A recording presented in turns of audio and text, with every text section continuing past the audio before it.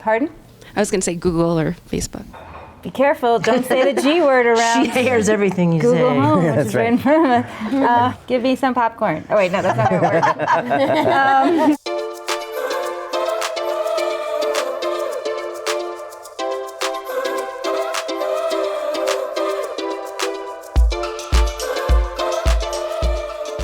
Gillian Robespierre, right here, and Elizabeth Holm wrote this film. It's called Landline.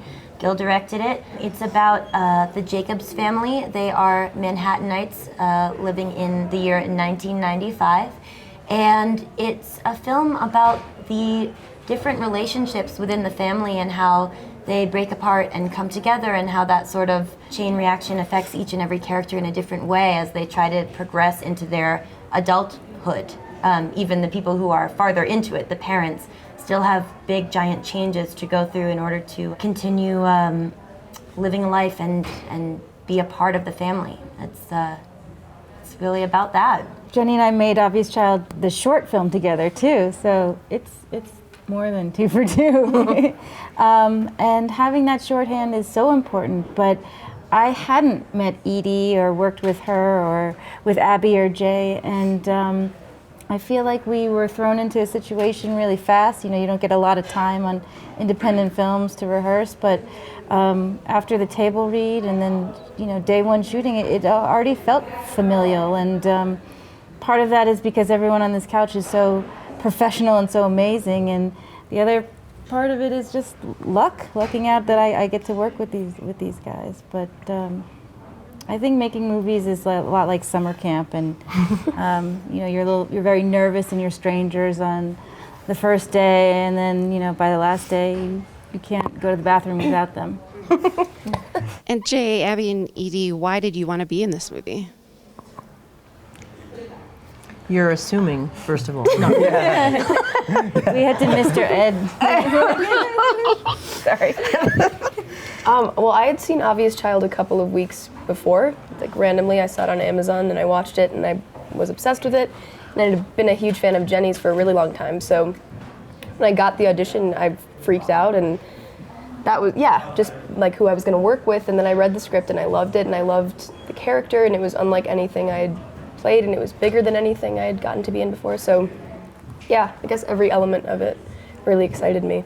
For me, I was just a big fan of Obvious Child and Jenny, and the script is so good. I mean, you read the script and you're like, oh, this is how people behave with each other. And when I found out the rest of the cast, I mean, I need to get in this movie if possible. But also for me, you know, like I play like the nice boyfriend, and it could easily be such a servicing, boring role, and they wrote such a great role where he's like funny and has his own stuff going on too. He's not just like the boring boyfriend or whatever. So it's just, I mean, it's incredible to be a part of something that's just a great piece of art with great people making it. You know, you read a lot of stuff and you just get used to kind of like, okay.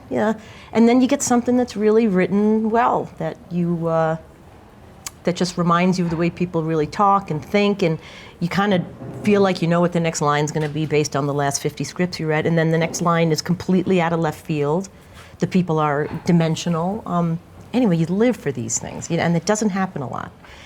So it was the script I first responded to, and then I heard about these guys, and also about John Turturro, who I've been friends with for years but had never worked with, and this was an opportunity to do that. Everything about it was in the right place at the right time. Gillian, why did you choose the 90s setting? Liz and I, my co-writer, you know, wanted to tell a story about a family that comes together and not torn apart by divorce. We wanted to tell a story that shows people interacting with each other, and we didn't want to rely on devices like Facebook, Instagram, any social media for those things and moments to happen.